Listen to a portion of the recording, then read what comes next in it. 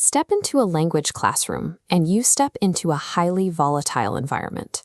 Here, the physical, emotional, and social collide in real time. Teachers are theory builders who must navigate this complexity through real-time decisions. They are constantly adjusting their approach to meet the shifting needs of their students. Heather's mismatch reveals the necessity of alignment. Techniques produce intended results only when in sync with a teacher's actual beliefs. Exposing these links is the first step toward improving classroom outcomes. This mapping process is difficult. In education, there is a constant fatigue surrounding the search for the best method, and a strong instinct to immediately reject historical practices that look unfamiliar. We tend to default to the doubting game, putting an unfamiliar idea on trial to find its flaws, and dismissing it based on our modern biases. But the scholar Peter Elbow proposes an alternative, the believing game. This requires temporarily suspending our disbelief to adopt another person's perspective.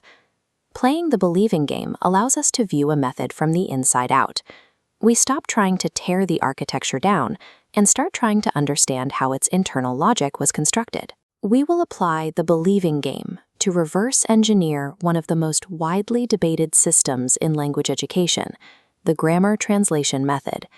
By stepping inside this historical framework, we can map its specific thought-action architecture and extract lessons for modern practice. Our observation begins in a high-intermediate English class at a university in Colombia. There are 42 students, meeting for 2 hours, 3 times a week. The lesson starts with a reading exercise. A student is called to read out loud, and then immediately asks that student to translate those exact lines into Spanish. The text they are translating is an excerpt from Mark Twain's Life on the Mississippi. When a student struggles with the text, the teacher provides the direct Spanish equivalent. Paddle wheel becomes ruedo de paletas. Any historical context is explained entirely in the student's native language. If we apply the believing game here, we can deduce the underlying thought. In this framework, language is viewed primarily as a rigorous intellectual exercise and a tool for reading classical literature. It is not designed to produce spontaneous conversation. Within this logic, the native language is the necessary reference system used to decode the target language. This logic carries over into how the method builds vocabulary. After the reading, the students are given a list of words extracted directly from the Mark Twain passage.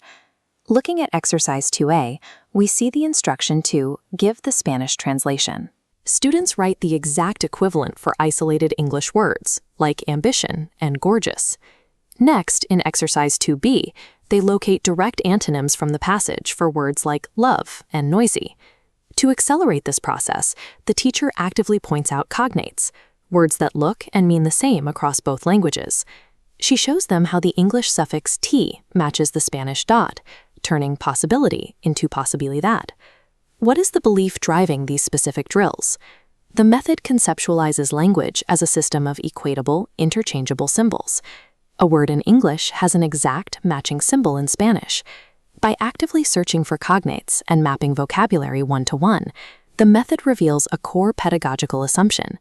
The learner's existing linguistic architecture is a strategic asset that accelerates comprehension. This highly structured approach is most visible in the grammar phase of the lesson, where the class focuses on mastering 2-word phrasal verbs.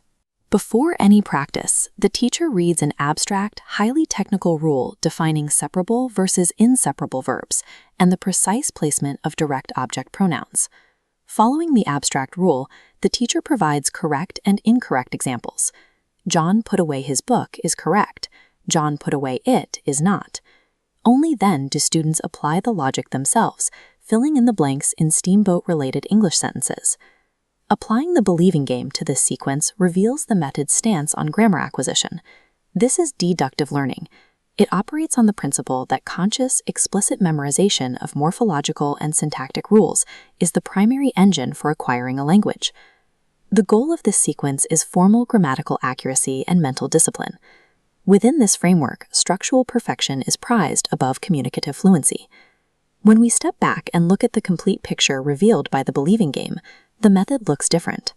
Judged by its own internal logic, it makes sense. We can now map the data onto our thought-action model. The action side lists L1 translation, cognate mapping, and deductive memorization.